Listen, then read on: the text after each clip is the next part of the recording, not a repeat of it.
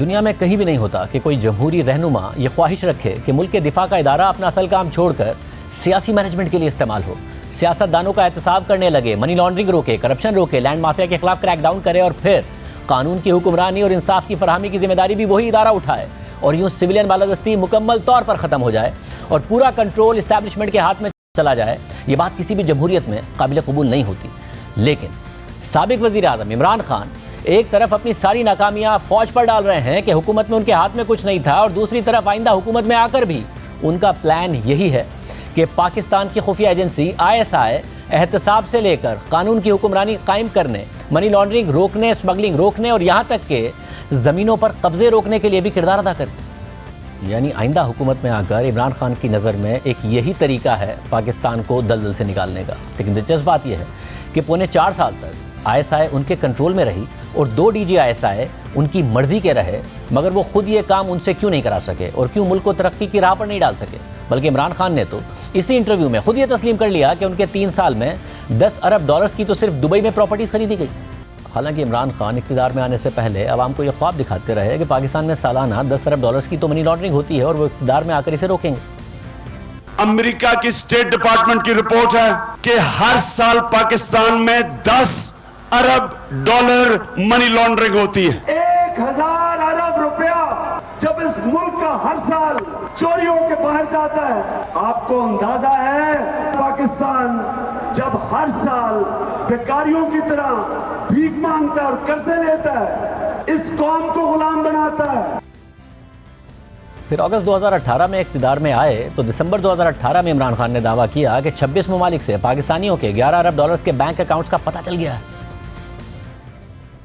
26 मुल्कों से जो अब तक डेटा आया और अभी डेटा खुलता जा रहा है, आप हैरान होंगे कि 26 मुल्कों से जो अब तक पाकिस्तानियों के बैंक अकाउंट्स आए हैं वो 11 अरब डॉलर हैं। 11 अरब डॉलर। हम यहाँ 4-4, 5-5 अरब डॉलर के भी दुनिया के चक्कर लगा रहे हैं। 11 अरब डॉलर पाकिस्तानी शहरियों के। लेकिन ये पैसा तो नहीं आया, बल्कि खुद इमरान खान ने काला धन सफ़ेद करने के लिए एमनेस्टी स्कीम का ऐलान ज़रूर कर दिया और खुद इसकी तशहीर भी करते रहे। हमने आपके लिए एक स्कीम लेके आए हैं अपने असासों को डिक्लेयर करने की। ये सबसे आसान स्कीम है। ये है 30 जून तक।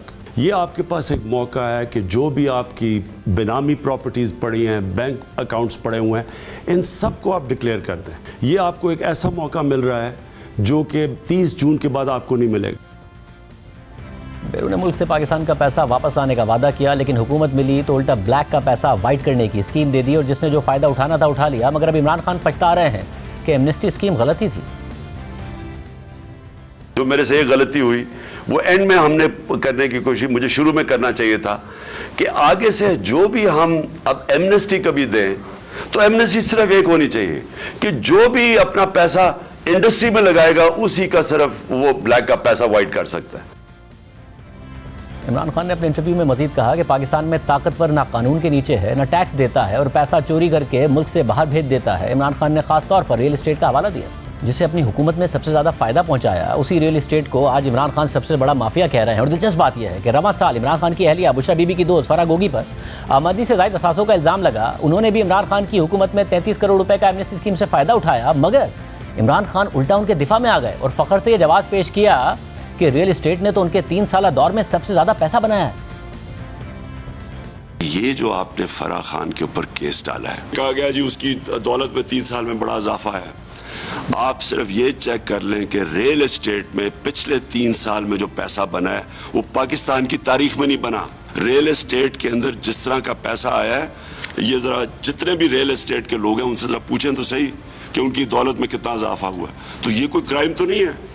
आज इमरान खान कह रहे हैं कि प्रॉपर्टी माफिया मुल्क से पैसा कमाकर मनी लॉन्ड्रिंग के जरिए बाहर ले जाता है और ISI के जरिए उसे पकड़ना चाहते हैं। मगर इमरान खान हुकूमत में बरतानवी हुकूमत ने एक बिजनेस टाइकून के 190 मिलियन पाउंड यानी 50 अरब रुपए पकड़कर पाकिस्तान को दिए। यानी उनकी हुकूमत में बरतानिया में एक पाकिस्तानी बिजनेस टाइकून पर 190 मिलियन पाउंड यानी 50 अरब रुपए का जुर्माना हुआ, जो किसी भी पाकिस्तानी पर तारीख का सबसे बड़ा जुर्माना था। और ये रकम पाकिस्तानी हुकूमत को मिलनी थी, मगर तहरीक इंसाफ की हुकूमत में यह रकम कौमी खजाने में जमा कराने के बजाय सुप्रीम कोर्ट के उसी अकाउंट में एडजस्ट कर दी गई, जहां पहले ही इस प्रॉपर्टी टाइकून के जिम्मे 460 अरब रुपए वाजिबुल अदा थे।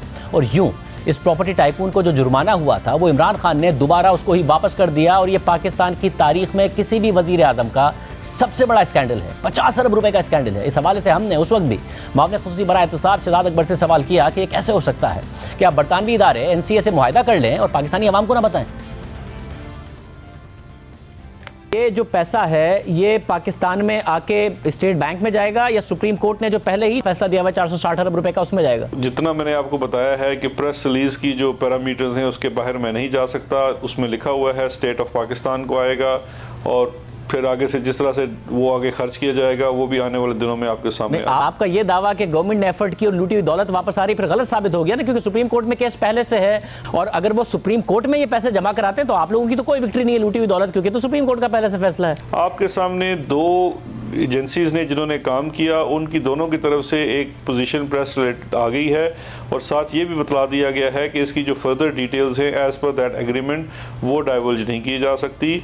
अब अगर आप कहते हैं कि नहीं ये नहीं है, हम नहीं मानते, तो ये आपका प्रोगेटिव है। वो ठीक है, लेकिन fact of the matter is ये कि कैसा वो पैसे पाकिस्तान में आ चुके हैं। ये एग्रीमेंट कैसे आप NCA से कर सकते हैं कि भाई हम पाकिस्तान के अवाम को ये भी नहीं बताएंगे कि ये पैसे स्टेट बैंक में जाएंगे या सुप्रीम कोर्ट के अकाउंट में जाएंगे? ये कैसे एग्रीमेंट आप कर सकते हैं अगर पाकिस्तान का पैसा है? आप अगर मुझसे बारहा एक सवाल पूछेंगे तो मैं एक रिस्पॉन्सिबल पोजीशन के तौर पर। शहजाद अकबर ने उस वक्त हमें तो तफसीलात नहीं बताई, लेकिन बाद में काबीना इजलास की अंदरूनी कहानी बताते हुए साबिक वफाकी वजीर फैसल वाउडर ने इंकिशाफ किया कि शहजाद अकबर ने एक सील्ड लिफाफा दिखाया, काबीना अरकान के इसरार के बावजूद उसे नहीं खोला। उनके अलावा दो और वज़रा ने सवालात भी उठाए मगर काबीना से मंजूरी ले ली गई। वज़ीर आज़म इमरान खान भी वहाँ मौजूद थे। खुद इमरान खान ने आज तक इस इल्ज़ाम पर कोई वजाहत पेश नहीं की है, मगर फैसल वाउडा कह रहे थे कि कारोबारी आदमी कोई भी चीज़ प्लेट में रख कर नहीं देता, बदले में उसने भी बहुत सी जगहों पर फ़ायदे दिए होंगे। तो ये फ़ायदा किसने लिया? इस हवाले से इमरान खान की अहलिया बुशरा बीबी और उनकी दोस्त फराह खान गोगी का नाम भी सामने आ चुका है, जिसमें इसी बिजनेस टाइकून से अलकादरी ट्रस्ट के लिए ज़मीन और अतियात लिए गए, लेकिन इस हवाले से खुद इमरान खान ने आज तक कुछ नहीं बताया। ये प्रोग्राम हाजिर है, वो जब चाहें बता सकते हैं।